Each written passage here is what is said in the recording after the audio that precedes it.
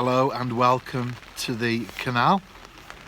I'm fishing next to a lock. I've done a fair amount of that type of angling recently with success as far as decent size fish are concerned. So I'm back on a venue this morning, really tight.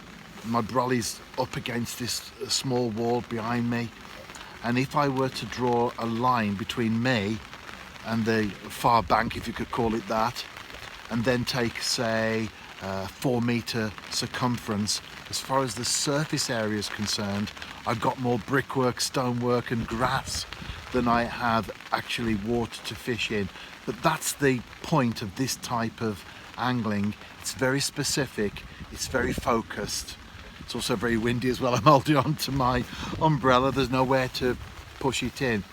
But it's about quality over quantity, because this is the area that a big perch will hang around in, because you've got the lock itself, which if you see when the water goes through and they open the locks, there's a lot of weed and other type of growth that comes on, algae for example, that comes onto the lock and develops, and fish will move in and feed. Also smaller fish will find shelter there as well. So the big perch, very predator minded, aren't they?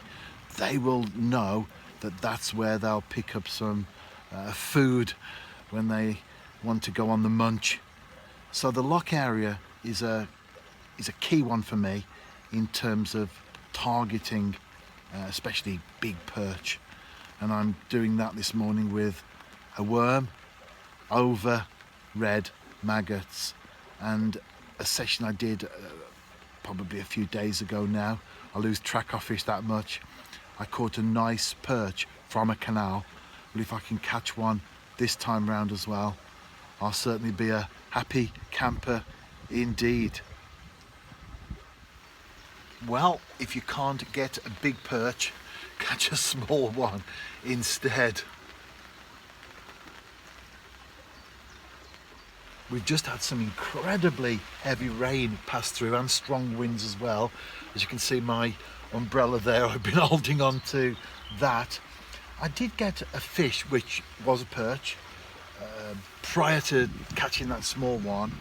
Unfortunately, I had a hook pull. Now, because I'm fishing next to a lock, what you find is there is often rock or brick that's on the bed of the canal around that point, so you do tend to get quite snaggy compared to other sections of the canal itself. So I did have a few times when I had to tug away, and I think that could have caused the hook not to be as sharp, because I did a little finger test. So I changed the hook and I caught that particular fish. Things that you have to watch when you are fishing by snags, especially when you've had a little tangle or something previously. I've cast out again, and well, I've had that one fish. It's the way it goes, isn't it, sometimes? But I'm always hopeful while I've got that bait in the water. I'm waiting for the first boat to come through, then I shall pack away and go home. One thing I did notice when I arrived, because the weather has turned in the last few days or so, it's become quite chilly, relatively speaking, and also windy and wet. Prior to that, we had a prolonged period of no rain, very hot, dry weather, and the canal along the towpath was full whenever I came of cans, alcohol cans, and people who've been on drug stuff as well. Just litter everywhere. Angling stuff, angling related litter that's been thrown along the canal. What I've noticed in the last couple of days, because the temperature's dropped and the weather has turned, there's none of that. People, anglers especially, will say, oh, they're not proper fishermen.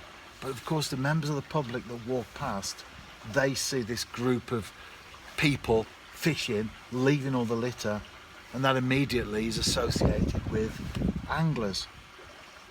And I remember once, years ago, it was on, I think it was on Facebook, I'd posted something, a little blog entry, a link to it, and I'd mentioned litter, and I said, is there anyone who actually throws litter when you go fishing, and you will own up to it? Because lots of people do it, obviously, but you never see people admitting it. And one guy actually replied, I can't even remember who his name was now, I didn't know him. He replied and said, I'd do it, and why shouldn't I?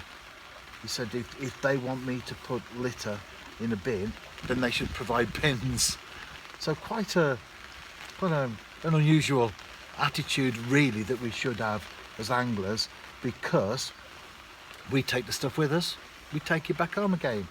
So whatever you take to the water's edge, if it's a bag of ground bait, well, just pack it in your rucksack, take it home and put it in the bin. It looks unsightly, and it's also, as I've mentioned, gets angling a bad name. And like any sport or pastime, we need to make as many friends as we can and keep them as well. Show the positive aspect of angling. Anyway, I'm after a second fish, and if I do get one, I'll be back. But I'm enjoying myself. That's the important thing, as I so often say, with angling, or whatever you do for that matter. It's all about enjoyment, and whatever the weather, whether it's sub-zero temperatures or we're in the 20s, I still enjoy my fishing, whatever the weather is around me.